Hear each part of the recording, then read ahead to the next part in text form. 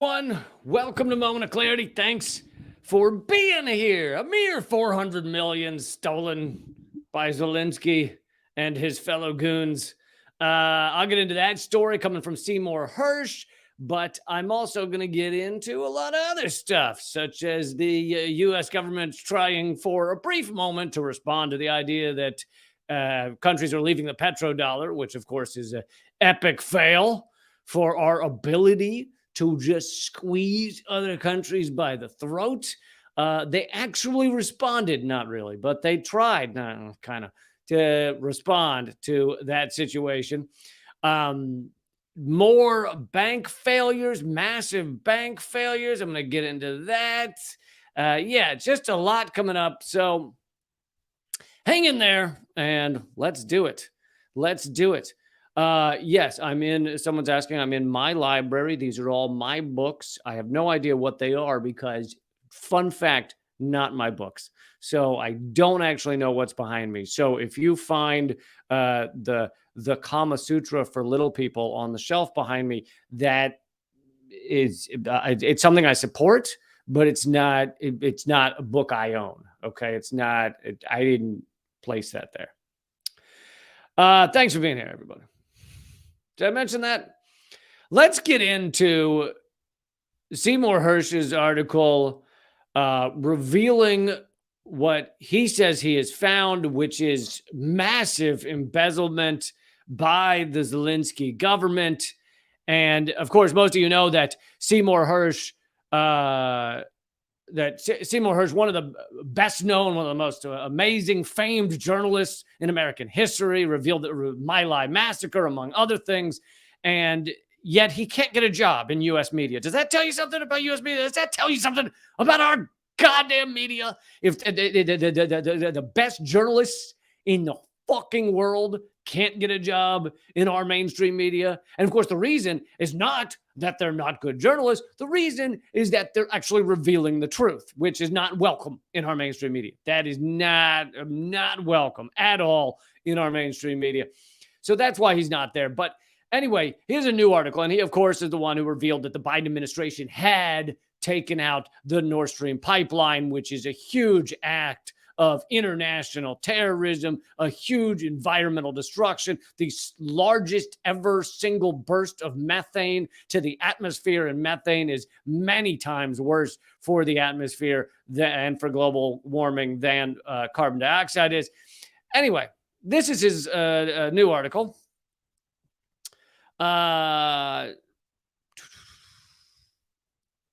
Titled Trading with the Enemy. There's a nice body photo of Biden and Zelensky just hanging, just having fun with each other.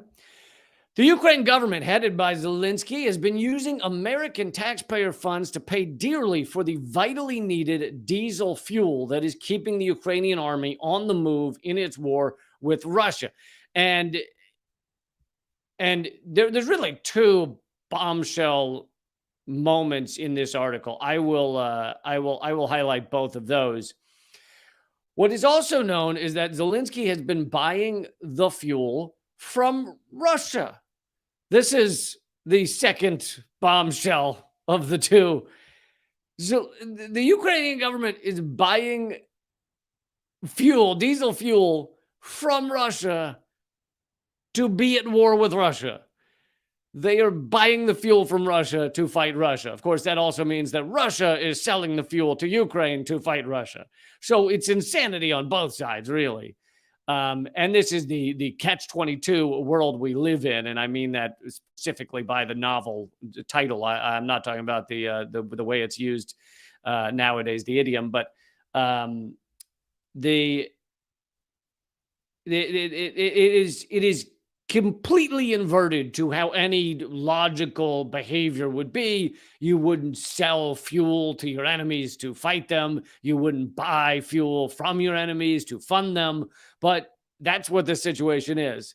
He is buying fuel from Russia in order to fight Russia. But it gets even more insane than that, in that the U.S. is funding Zelensky, right? Zelensky is they call him the leader of Ukraine, but he's a friendly fellow with Biden's hand up his ass, which is not a pretty picture. Don't stop and think about that.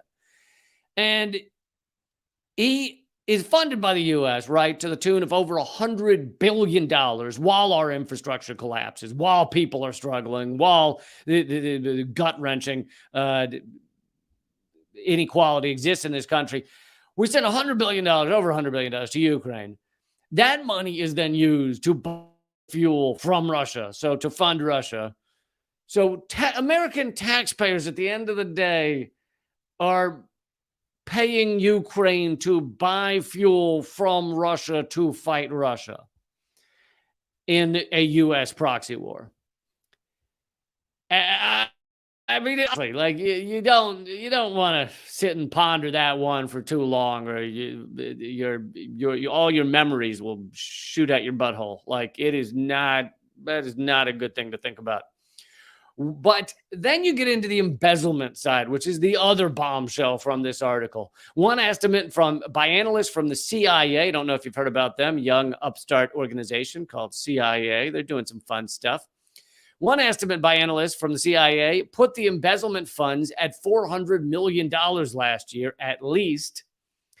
Another expert compared the level of corruption in Kiev as approaching that of the Afghan war, although there will be no professional audit reports emerging from Ukraine. Yeah. Something tells me they're not going to sit down and actually analyze what is actually happening in Ukraine, the level of embezzlement, the level of theft. And as Seymour Hersh said on a recent interview, that 400 million is a drop in the bucket when you compare it to the 100 billion that has been sent to Ukraine. But that drop in the bucket is still substantial embezzlement, substantial theft, substantial fraud. And it also speaks to why Zelensky and his cronies wouldn't see fit to sit down at a peace table with Russia. Now, of course, the main reason is that the U.S. has stopped any peace negotiations. But another reason is that they're getting rich from it. Quote, Zelensky's been buying discount diesel from Russians, one knowledgeable American intelligence official told me. Quote, and who's paying for the gas and oil? We are. Putin and his oligarchs are making millions on it. So you really have two sides of oligarchs, two sides of criminals and thefts getting rich off this war, although actually it's three sides once you throw in U.S. and Russia. So you have three countries' oligarchs enriching themselves from this war. Now, that is not the real reason for the war. There are some anti-war left-wing folks who kind of end their analysis at like, well, they're getting rich. That's why they're doing it. They're at war just to get rich. And that's certainly not helping, but that's not the real reason. The real reason is the waning power of the U.S. empire, the waning power of the petrodollar, trying to cut off Russia from European neighbors that it should naturally be aligned with, should naturally work with on policy, on economics, being that they are neighbors, and they were, but then the U.S. stopped it all and turned Europe back into vassal states. So in that regard, it got what it wanted. Now, in terms of the sanctions, many of them have backfired, and that in that way, the U.S. has not gotten what it wanted. The issue of corruption was directly raised with Zelensky in a meeting last January in Kiev with CIA Director William Burns. Don't you love that the corruption in Ukraine is so insane, is so unbelievable that you have the heads of the U.S. empire, in this case, the head of the CIA, sitting down with Ukraine and being like, look, we're having a blast with this proxy war with you. We love it. We love it. We love working with you. But your criminality, your corruption is a little, shall we say, on the nose, a little out front. A little too obvious. Could you just, back it off a little? If you'd stolen 100 million, wouldn't have batted an eye. But 400 million, it's not looking so good. And you know, I mean, take a play out of like Obama's playbook. You don't do the corruption while you're in office. Well, he was corrupt in other ways, but you don't do the theft. You don't do the grabbing of money while you're in office because it looks kind of bad. It looks kind of shady. So what you do is you wait until after office, roughly a week or two, and then you run to the corporations, the massive corporate entities that you did all the favors for, hence the in-office corruption, but you didn't get paid for it. And you run to them and you say, now it's time to pay me back for all the things I did. And Obama then gave a $400,000 speech to hedge funds, or no, to big banks, JP Morgan and others, Goldman Sachs and et cetera, on Wall Street. So he speaks for about an hour, gets 400 tickets, it gets close to $500,000, does that a few times, enriches himself in a couple of days at a level that most Americans will never come anywhere near seeing. And that's how you do it. That's how you do it. Just like that. And then it's not even commented on. Doesn't even really get much of a comment. The senior generals and government officials in Kiev were angry at what they saw as Zelensky's greed. So the senior generals in Ukraine were upset that Zelensky had stolen too much of the cake. So Burns told the Ukrainian president because he was taking a larger share of the skim money that was going to the generals. Burns also presented Zelensky with a list of 35 generals and senior officials whose corruption was known to the CIA and others in the American government. Zelensky responded to the American pressure 10 days later by publicly dismissing 10 of the most ostentatious officials on the list and doing little else. The 10 he got rid of were brazenly bragging about the money they had. So you have the massively corrupt Zelensky working with the massively corrupt American government. But even within that, you have generals and officials in Ukraine that are just a little too obviously corrupt. It's like the Hunter Bidens of the list. And they're like, could you just cover it up a little? So he fires 10 of them out of the 35. He got 35 guys that are so amazingly corrupt that it just became like publicly known that they're amazingly corrupt, stealing all of the U.S. funds and the arms, selling the arms on the black market, etc. And it's too on the nose, too in your face, which was also the problem with the Trump presidency for the American ruling elite. It wasn't that he didn't address inequality or the fact that he was racist. They loved all of that. That's wonderful. It was the fact that he was too outwardly racist and that he was too outwardly corrupt. He was too outwardly talking about how rich he is, how rich he could get, what he could do. You gotta do the Obama style. All right. You gotta a little juking and jiving, Cover it up a little. Wear a fake mustache. Even if you have a real mustache, wear a fake one on top. Something there to cover it up so that you're not so obviously corrupt. Zelensky's half-hearted response and the White House's lack of concern was seen, the intelligence official added, as another sign of a lack of leadership that is leading to a total breakdown of trust between the White House and some elements of the intelligence community. Here's a quote from the intelligence official. There is a total breakdown between the White House leadership and the intelligence community. The rift dates back to the fall when, as I reported in early February, this is Seymour Hersh speaking, Biden ordered the covert destruction of the Nord Stream pipelines in the Baltic. Destroying the Nord Stream pipelines was never discussed or even known in advance by the intelligence community, the official told me, and there is no strategy for ending the war. So you see, there is a rift going on in the Beltway elite. There is a rift where some are offended that Biden and his cronies, his goons, his criminal elite blew up the Nord Stream without really consulting them. Some of them are upset about that. Others are upset that the Ukraine war should be wrapped up. Many are promoting that idea, including Henry Kissinger, among others, saying, listen, we need to start wrapping this up because it's just draining our resources and we've gotten what we wanted and what we haven't gotten that we wanted, we're not going to get. So time to move on. So there is a rift, and you see that rift in that some are saying, send all this extra weaponry to Ukraine, send it all in there. And others are saying, wrap it up. Let's move on. Let's move on to the next war. We got a whole, I don't know if you can see the line out the door. We got a whole line of wars that are waiting to happen, okay? And listen, you've been working with this one customer for like ever. Could you look at that line. Look at that fucking line. You got China, you got, Iran. Maybe we'll do something with Cuba. Come on. There's a lot. Haiti. There's a long line there of places we are trying to harm, obliterate, or go to war with. And you're spending all your time on Ukraine. This customer is done. They're done. You tried to help them. Move on. Anyway, so that is some of the latest from Seymour Hersh, which, really does show the level of corruption that is going on. The amount, and he said it's starting to get to the levels of the Afghan war, which I covered that corruption on multiple different episodes.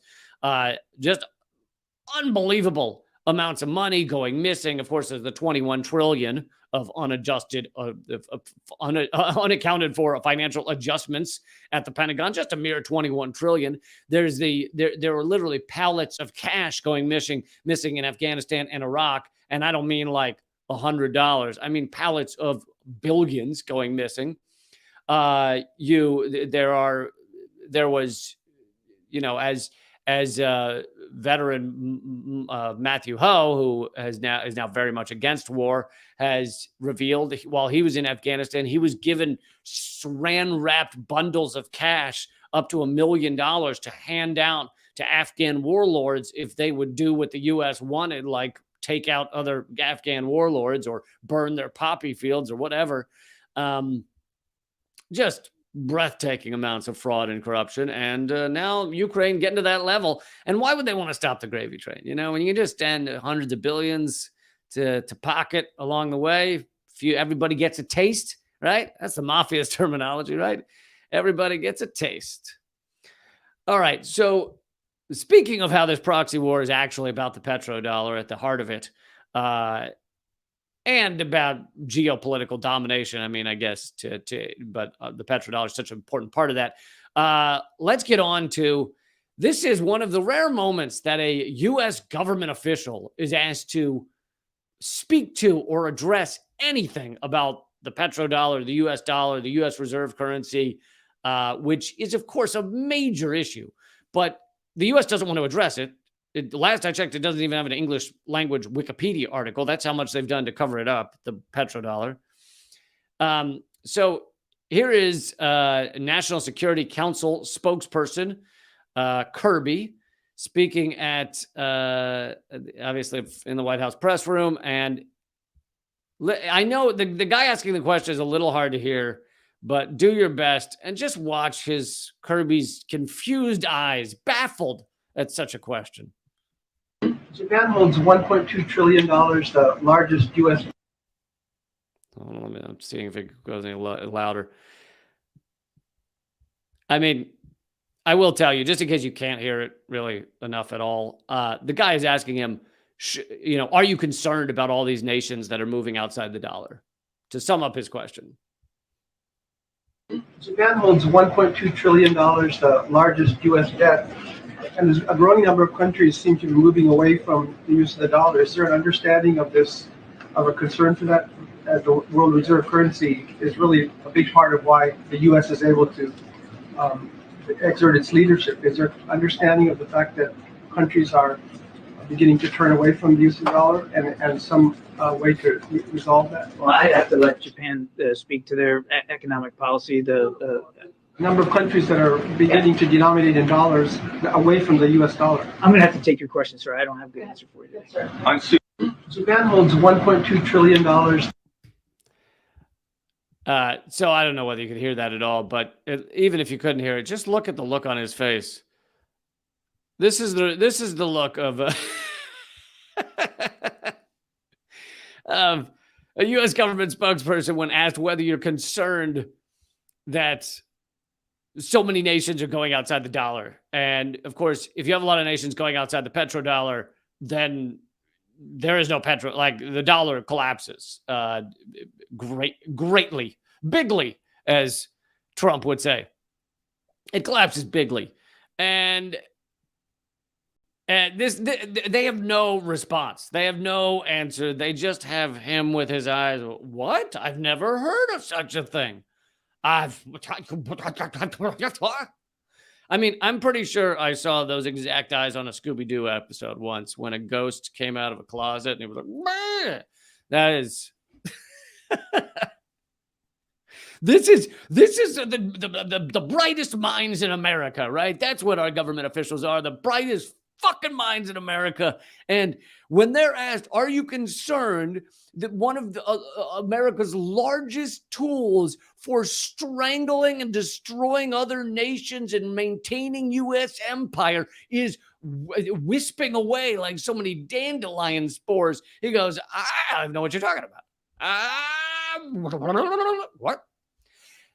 And let me also just say this.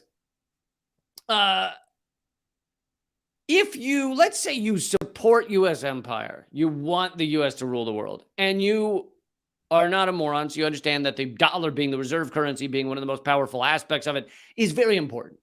And let's say you're really pro-America. You're like, yes, America rocks. I love America, man. I lost my virginity at an America concert. Like, you're just like, yeah, America. Even if you were like that, wouldn't you want your government officials to actually have heard of the petrodollar? to actually have an informed and interesting answer to how they're going to fight so many countries standing up and going outside the petrodollar? So I'm saying, even if you were a all-American right-winger, this response right here, those eyes should still frustrate you, should still piss you off. But again, this is what can't be said. He's making that look not just because they can't address the reality, which is in behind closed doors, they're having meeting after meeting of how to crack down on countries going outside the petrodollar, how to nail them with economic sanctions, which is tougher and tougher if they're not in the dollar system, how to squeeze them and crush them, what to do about China because China's beginning to go outside the dollar. They're having endless meetings. His job is not just to deny that is happening, but his job is also to act like we don't even know that's what issue you're talking about. What? Now, Biden may legitimately have that response because he's not cogent and he's been running out of his vitamins. So, all right, let's move on to more economic suffering in the United States. And this isn't exactly connected to the problems with the petrodollar, but it's not far off. Another massive bank, the second largest banking collapse in American history, has just happened. I'll repeat that, second largest bank collapse in American history has just happened. And I'm not saying there's no mainstream media coverage, but I can promise you that whatever mainstream media coverage there is rather small, and it probably says that everything's fine and your money is fine and don't worry about it. And someone's asking about the second largest banking collapse again. Yeah, because the second largest banking collapse happened a month ago in American history, but now this one's bigger than the second largest ever. Washington Mutual being the first largest, which was back during 2008. And so this has now taken the place of the one that happened a month ago, meaning we've seen the second and third largest banking collapses in American history over the past month and a half. Now, First Republic Bank, second largest collapse in American history. On International Workers' Day, May Day, the First Republic Bank became the second largest bank to fail in U.S. history. The $233 billion institution was seized by the government and sold to banking behemoth J.P. Morgan Chase, which, by the way, regulation has said that J.P. Morgan Chase is not legally supposed to get any bigger, and yet they just bought up one of the largest banks. They were just given one of the largest banks in the nation. First Republic is the third bank to fail in the U.S. since March, surpassing the spectacular failure of Silicon Valley Bank on March 10th. Silicon Valley Bank's depositors were bailed out by the U.S. government to the tune of $151 billion. Up until May 1st, Silicon Valley Bank had been the second largest bank failure in the history of the country. Capitalists in the United States did not predict that this title would be usurped less than 2 months later. So again, we've had the second and third largest banking collapse in American history in the span of 2 months. And we'll get to a little more of this, but this has to do with the Federal Reserve raising interest rates. And they're doing that because they want the economy to suffer because workers were getting too powerful. They claim it's to fight inflation. It's not really to fight inflation. I mean, maybe a little bit, but the main reason is workers were getting too powerful. There was too little unemployment. There was too much worker power. And now it's having the desired effect that these entities are going, I mean, the desired effect was not for these banks to go bankrupt, but the desired effect is for people to lose their job. And there has been massive layoffs, and they continue. Following Silicon Valley Bank, Signature Bank, a New York-based institution with a large real estate lending business, also failed only 2 days later. Amid the banking crisis panic, First Republic Bank received a $30 billion lifeline from 11 of the largest banks in the country, but that attempt to save it was unsuccessful. The total assets of the 2023 bank failures now surpass all bank failures of 2008, which we thought was fucking insane. And now they've surpassed that. The beginning of the Great Recession. The U.S. Treasury Department has claimed that the nation's banking system is sound and resilient following First Republic's collapse. I love how they're like, it's sound and resilient as it's all collapsing down behind them, just fucking buildings falling over. And they're like, it's looking great. We're doing fine, America. And meanwhile, just fire and carnage. A dude naked on fire runs by. And then you've got our PR people of America standing out front going, your money is safe. Have no fear. Everything is fine here. Nothing to see behind me. That's exactly what's going on right now. First Republic's failure is directly tied to the Federal Reserve's raising of interest rates. The U.S. Federal Reserve has decided to address the inflation crisis. Now, this is where I slightly differ, that yes, they're doing it to address the inflation crisis, but really they're doing it to address worker power. I think that is on their list of reasons to do this. Worker power is at the top. I feel, as a result of increased interest rates, because you could stop a lot of the price gouging by like simply the president saying there'll be no more price gouging. There'll be like on staple foods and things like that. Nixon did it. It works. You could actually say groceries are not going to go up anymore, and it can work. Now, I'm not saying that solves everything, but also, if you didn't want this kind of fucking inflation and problems, and one thing you could do is not increase the money supply by 20% during the pandemic by dumping $4.5 trillion into Wall Street. Literally, the money supply in the U.S. increased by 20% during the pandemic because they just print money to send to Wall Street. And other countries can't do that. We can do that because our money, we can print money and it keeps its power because it's the global reserve currency and the petrodollar. As I've said, that power seems to be wavering a little. As a result of the increased interest rates, the economy slows. Prices go down because of this generated economic slump, and economically unsound businesses begin to close, and banks lend less money. The effects of this blow in the name of combating inflation include mass unemployment, as well as politicians using an economic crisis as an excuse to cut social services. Yeah, they love to do that too. Oh, it's tough times. You can't have healthcare anymore. If it's tough times, shouldn't you give more people healthcare? Like, it's fucking tough times. Give them healthcare. It's tough times. We're not going to fund public schools anymore. Didn't you just say it's tough times? I feel like you should fund public schools more. it's tough times. We're going to stop fixing our infrastructure. Wait, does that help with tough times? What the fuck?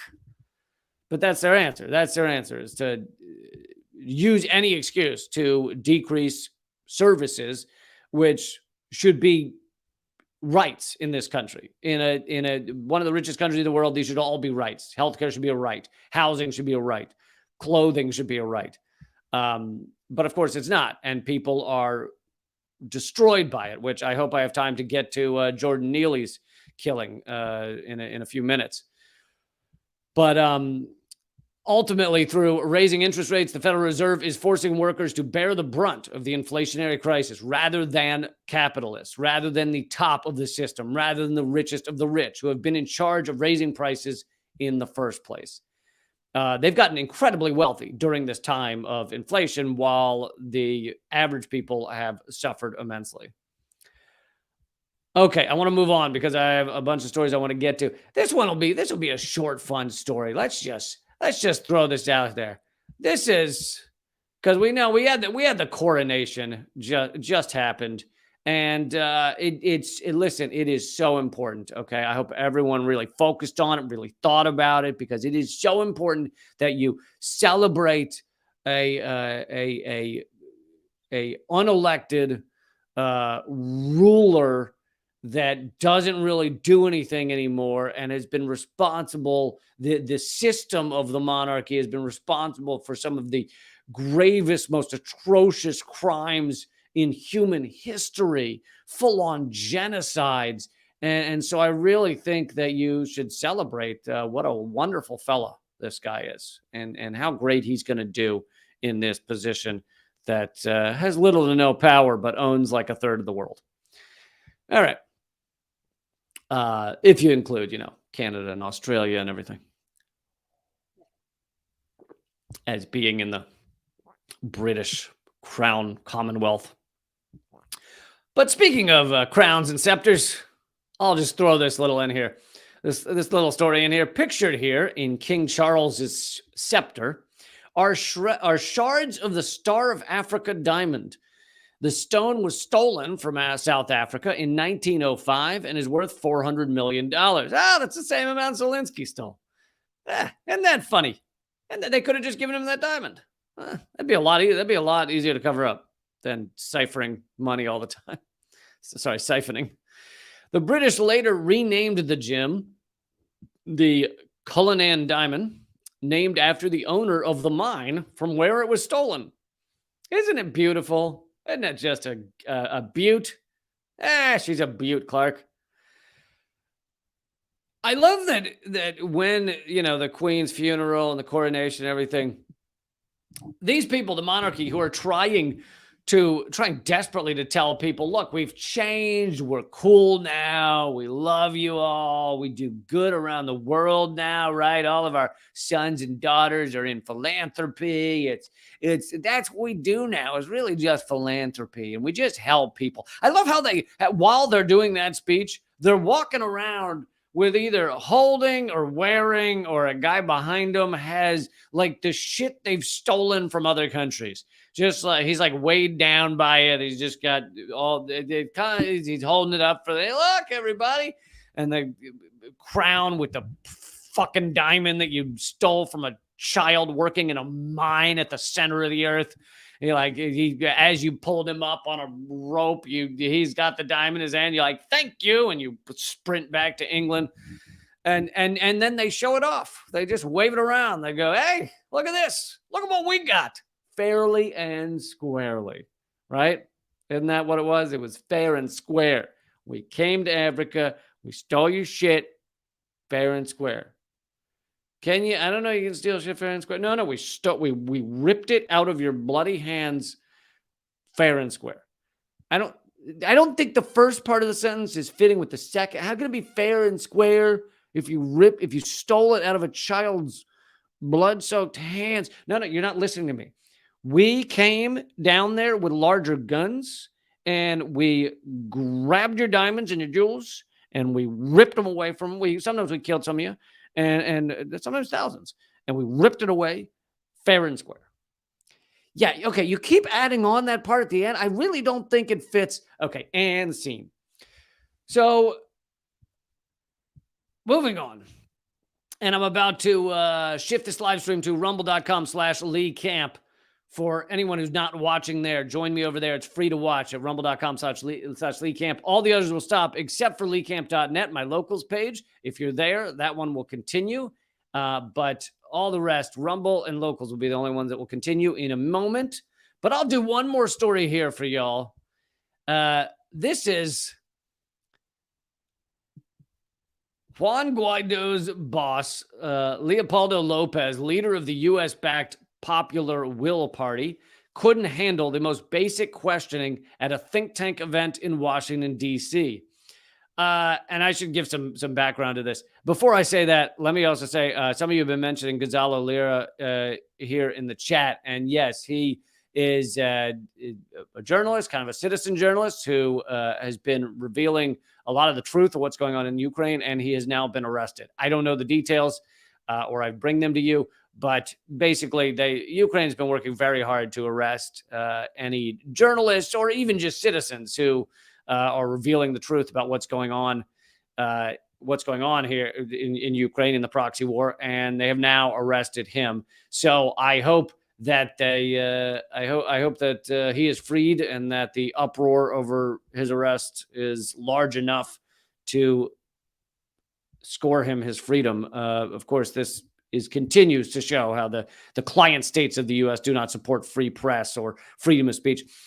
Sorry to get off on a tangent there, but so here's the caveat of the video I'm about to show you. So this is Leopoldo Lopez, the leader of the U.S.-backed opposition party in Venezuela, the opposition party that wants to take Maduro out of power, but also they, unlike many of the other opposition parties, are calling for Venezuela to be invaded by the United States, which would be rare. That's kind of not a normal behavior for a real party of a country. Like, no matter what side they're on, rarely does a party in a country say, we'd like to be invaded by outside countries. And, but that's what Guaido's been saying.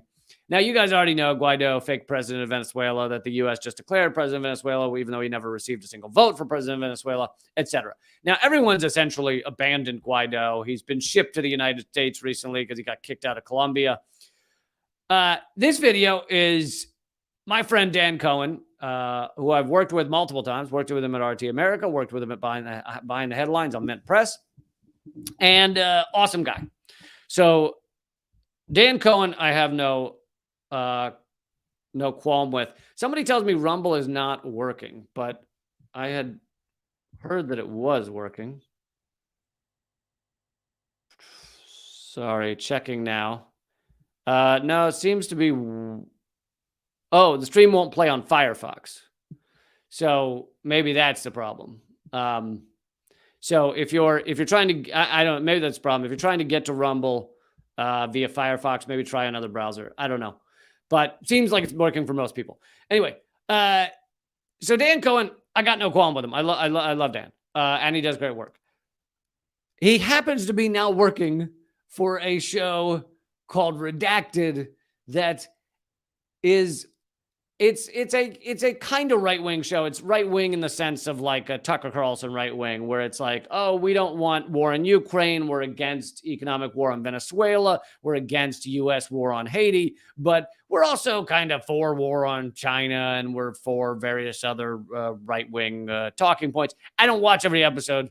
I have watched very little of Redacted, so I'm not going to speak to everything they believe. But among my, if they're moderately right wing, whatever, you can be that. That's whatever. My qualm is with the fact that they stole the branding of Redacted Tonight. So the name almost looks the same as Redacted Tonight. They just cut off the tonight. So now it's just, so theirs is called Redacted. A lot of people get confused and think it has some connection to my 8-year TV show, Redacted Tonight. But it does not.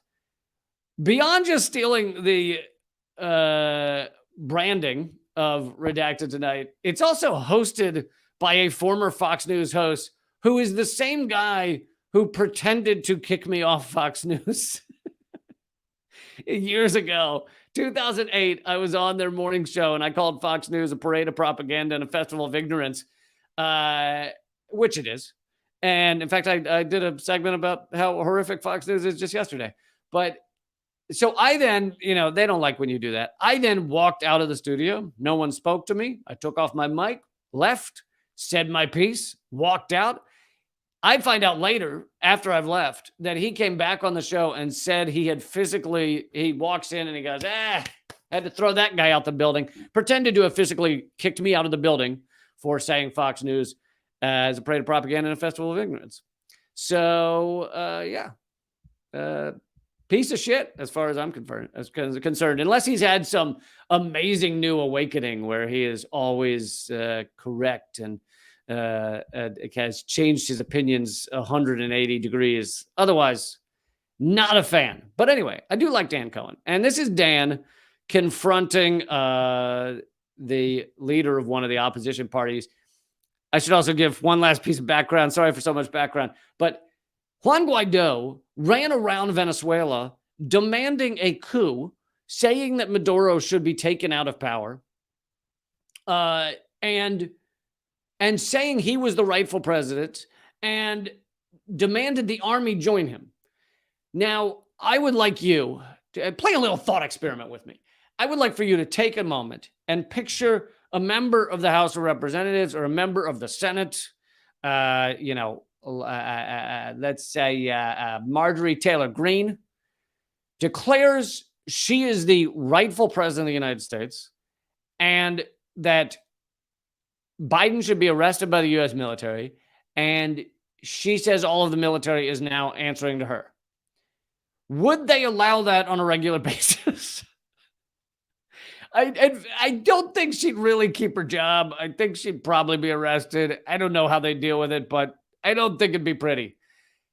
Guaido was allowed to run around the country doing this shit for many years, and Venezuela didn't arrest him. Anyway, so Dan is asking that question to this. He calls him Juan Guaido's boss, the leader of the opposition party that supports U.S. invasion. So I will play that for you now. If Venezuela was under this dictatorship that you described, why is Mr. Guaido not in prison? He was able to walk around freely and declare himself president, which obviously the Maduro government rejected. So why was he not sitting in prison, tortured and persecuted, as you described? Oh, he's not in prison today because he was not caught by the dictatorship. They couldn't catch him? They couldn't catch him, and they knew where he lives. They know where he lives. But he had been in hiding for weeks before he left Venezuela. But I'm talking about for years. I mean, it was years ago that he declared. Well, you should ask the dictatorship. The intelligence could not find well, him let me tell for you years? Something. No, Are they that incompetent that they could not find Guaido let me tell for you something. years? It's not me that I'm saying that. It's not me. So it's important. He's walking around as a free man. And you're saying he's persecuted by the dictatorship. Yes, he is. And is the intelligence really that incompetent that they couldn't find him in all of Caracas? You can ask Maduro about it. The guy claimed that the reason Guaido wasn't arrested was if it's such a dictatorship, if it's such an authoritarian state, why was Guaido not arrested? And he says they couldn't find him. The dude was standing on bridges. There was one video of him like holding up his phone doing like TikTok where he's standing there calling for a coup, saying the military's joining me. And he's like he's filming his location. They couldn't find him. They fucking knew where he was. Anyway. That is how pathetic the excuses are for this fake Venezuelan government. Okay. All the rest of the live stream, which I have plenty more stories, is at rumble.com/LeeCamp and LeeCamp.net. That's rumble.com/LeeCamp and LeeCamp.net, my locals page. I hope you will also become a member at locals, LeeCamp.net, because you get a free copy of my new ebook once you become a subscriber.